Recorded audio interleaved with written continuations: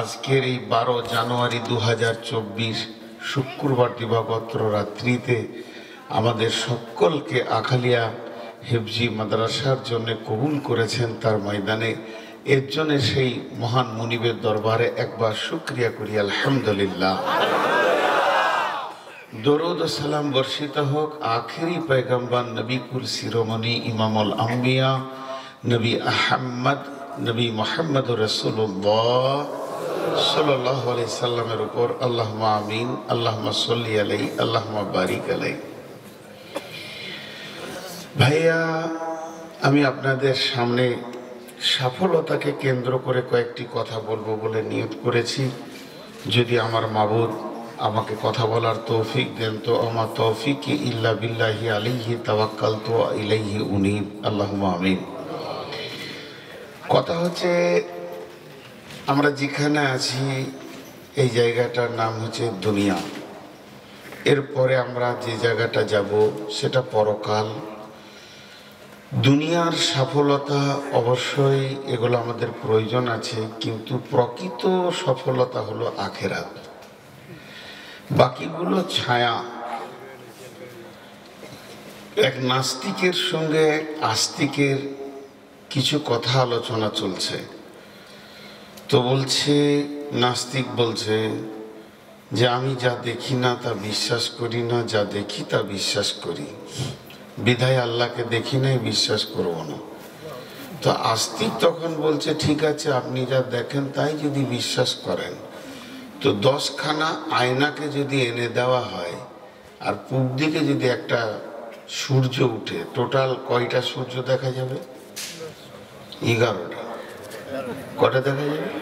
10টা আয়নাতে 10টা। তাহলে কি সূর্য 11টা?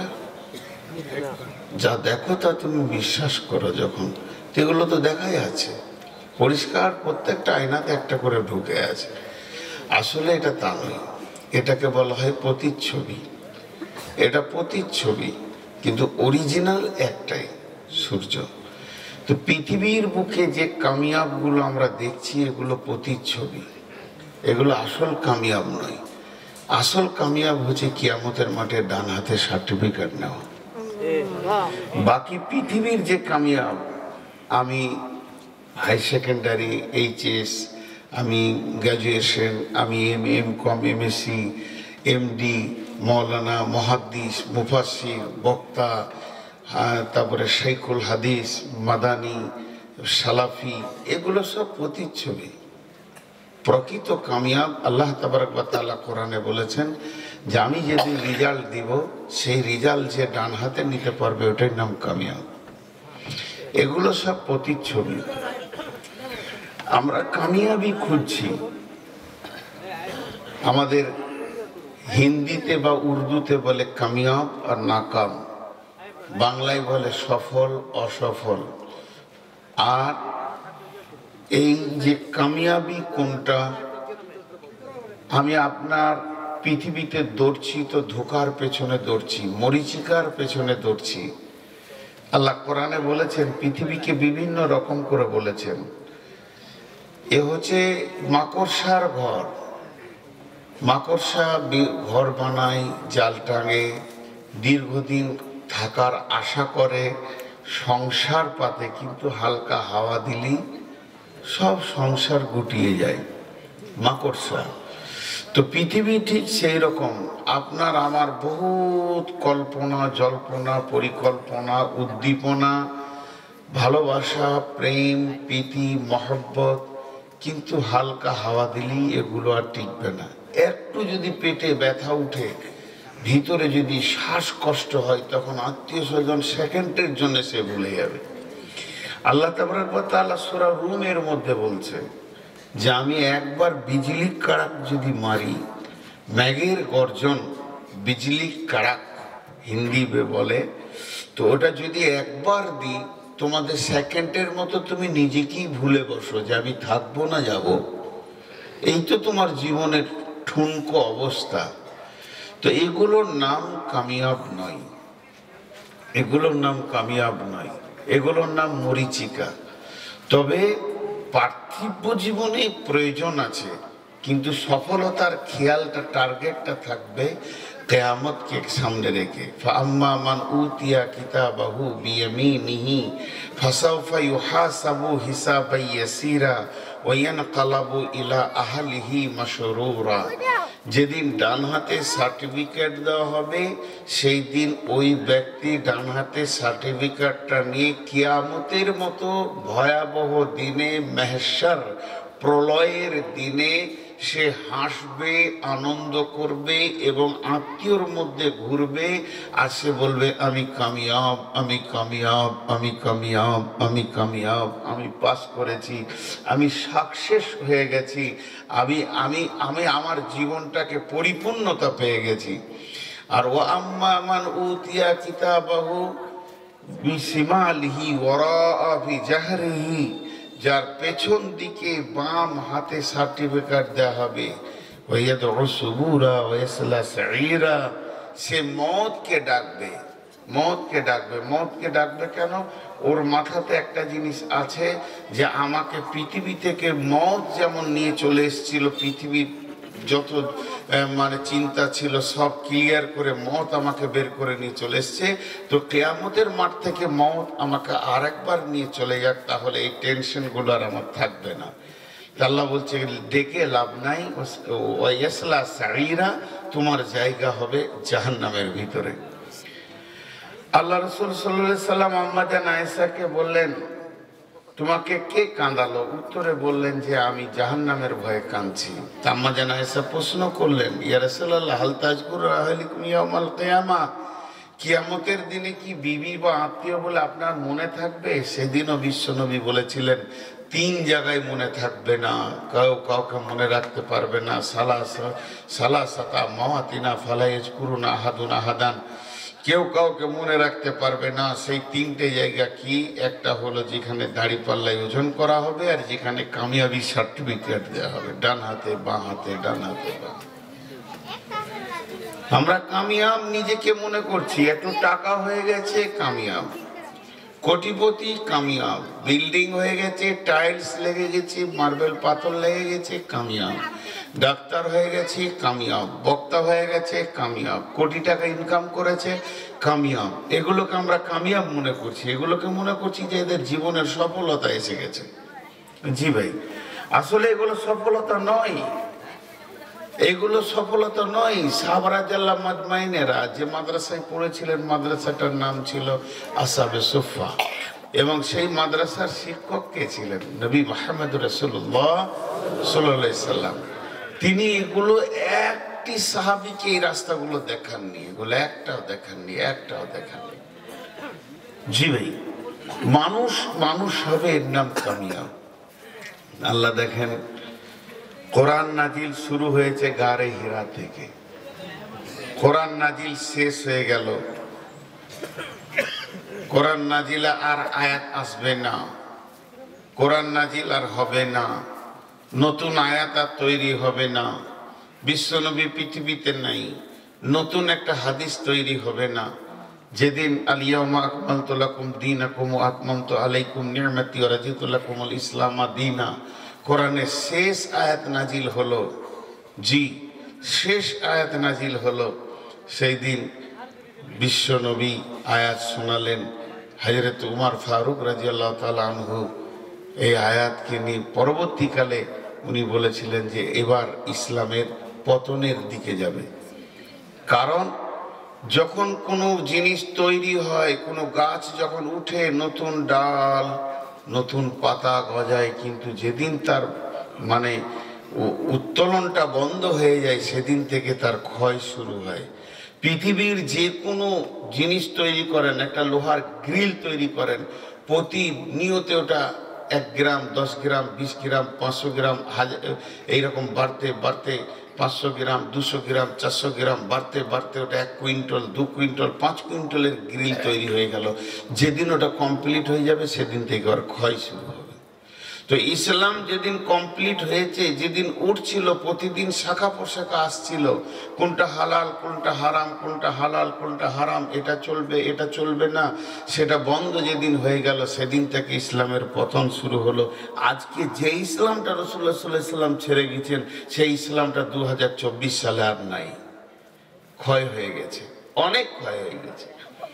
তো আমি যে কথা বলতে চাইছিলাম, সাহাবা রাদিয়াল্লাহু আজমাইনদেরকে শিখিয়েছেন কামিয়াবির রাস্তা, কিন্তু আল্লাহর তরফ থেকে সব কিছু আসা বন্ধ হয়েছে। একটা জিনিস বন্ধ হয়েছে, চালু আছে, এখনো চালু আছে। তোমরা কামিয়াব হও, এটা দিনে 10 বার বলা হয় না? আপনাদের দিকে বলে না, হাইয়া আলাল ফালাহ, কামিয়াবির দিকে এসো, তোমরা কামিয়াবির দিকে এসো, তোমরা মানে যেদিকে লাভ নাফা সেই দিকে এসো, প্রতিদিন বলা হয়। তাহলে এটা কত গুরুত্ব। আল্লাহ তাবারক ওয়া তাআলা তার রাসূলকে দিলেন, রাসূলুল্লাহ সাল্লাল্লাহু আলাইহি ওয়াসাল্লাম 5 ওয়াক্ত নামাজের আগে হাইয়া আলাস সালাত, হাইয়া আলাস সালাত,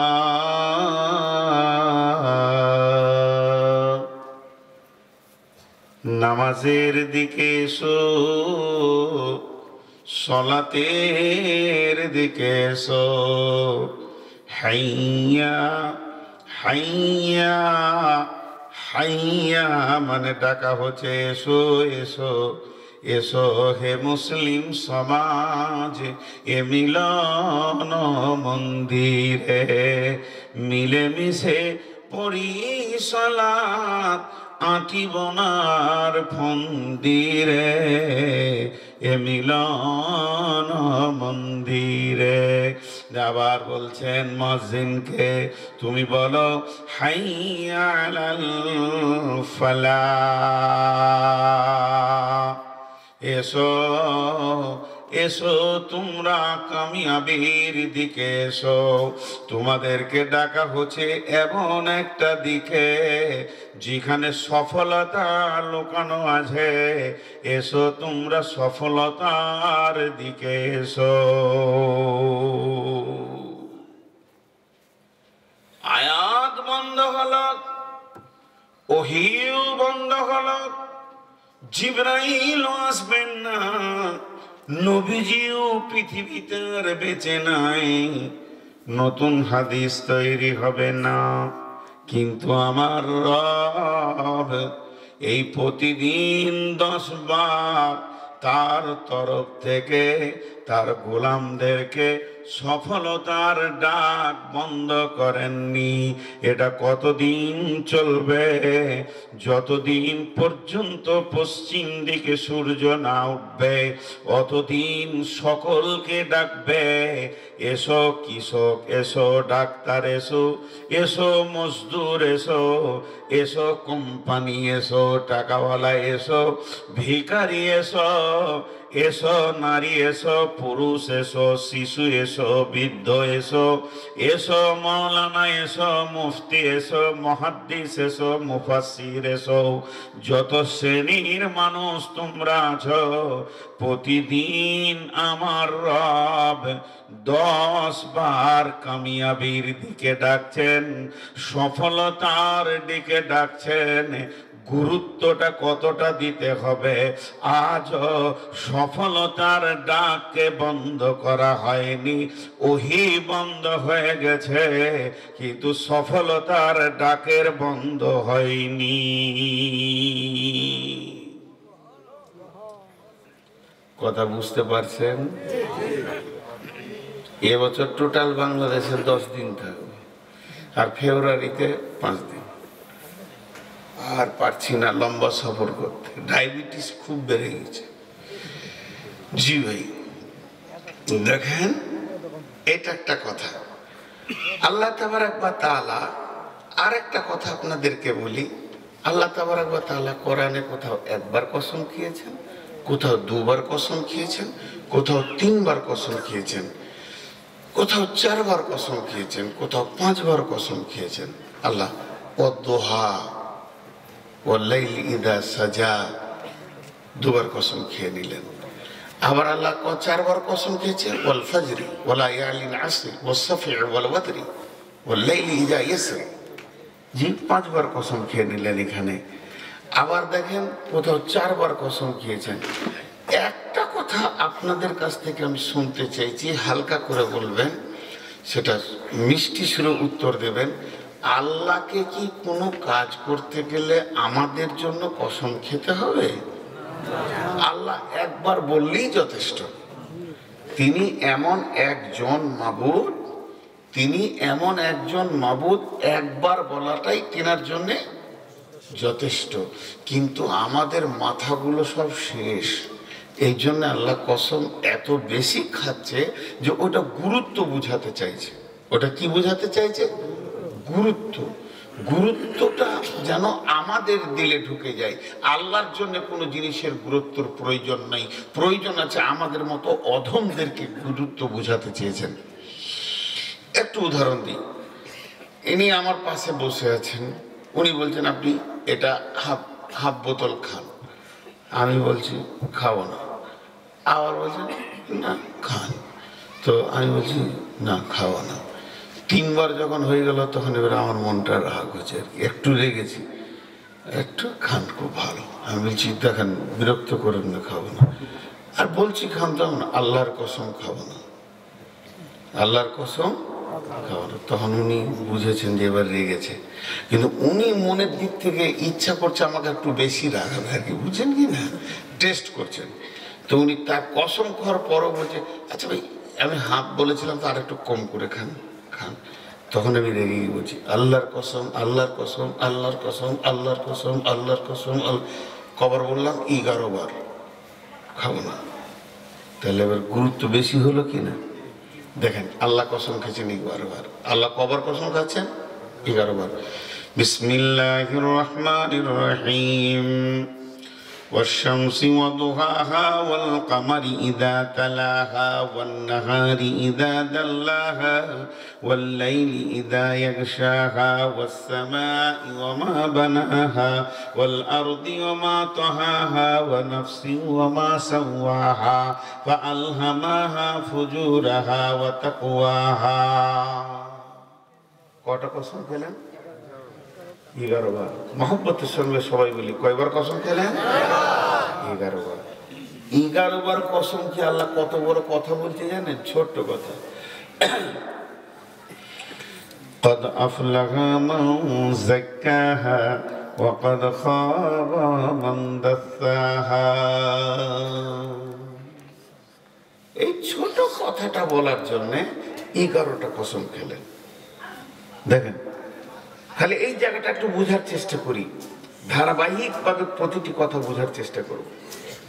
বলছে মাত্র ছোট কথা, কসম চলছে 11টা। قد أفلح من زكاها وقد خاب من دساها। আরেকবার কসমগুলো বলি। والشمس وضحاها والقمر إذا تلاها والنهار إذا دلاها والليل إذا يغشاها والسماء وما بناها والأرض وما طحاها ونفس وما سواها فألهمها فجورها وتقواها। আল্লাহ 11টি কথা বলার পর বলছেন قد أفلح من زكاها وقد খাবা মান দাসাহা। আল্লাহ 11টা কসম করার পর বলছে ওই লোকটা সফলতা পাবে যে পবিত্র আছে, আর ওই লোকটা অসফল হবে যে নাপাক আছে।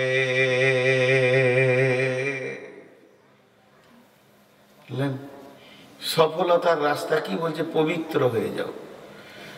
আর অসফল কে হবে? যে নাপাক। আজীব ব্যাপার। সফলতার রাস্তা কি? পবিত্র হয়ে যাও। আর অসফলকে যে নাপাক আছে।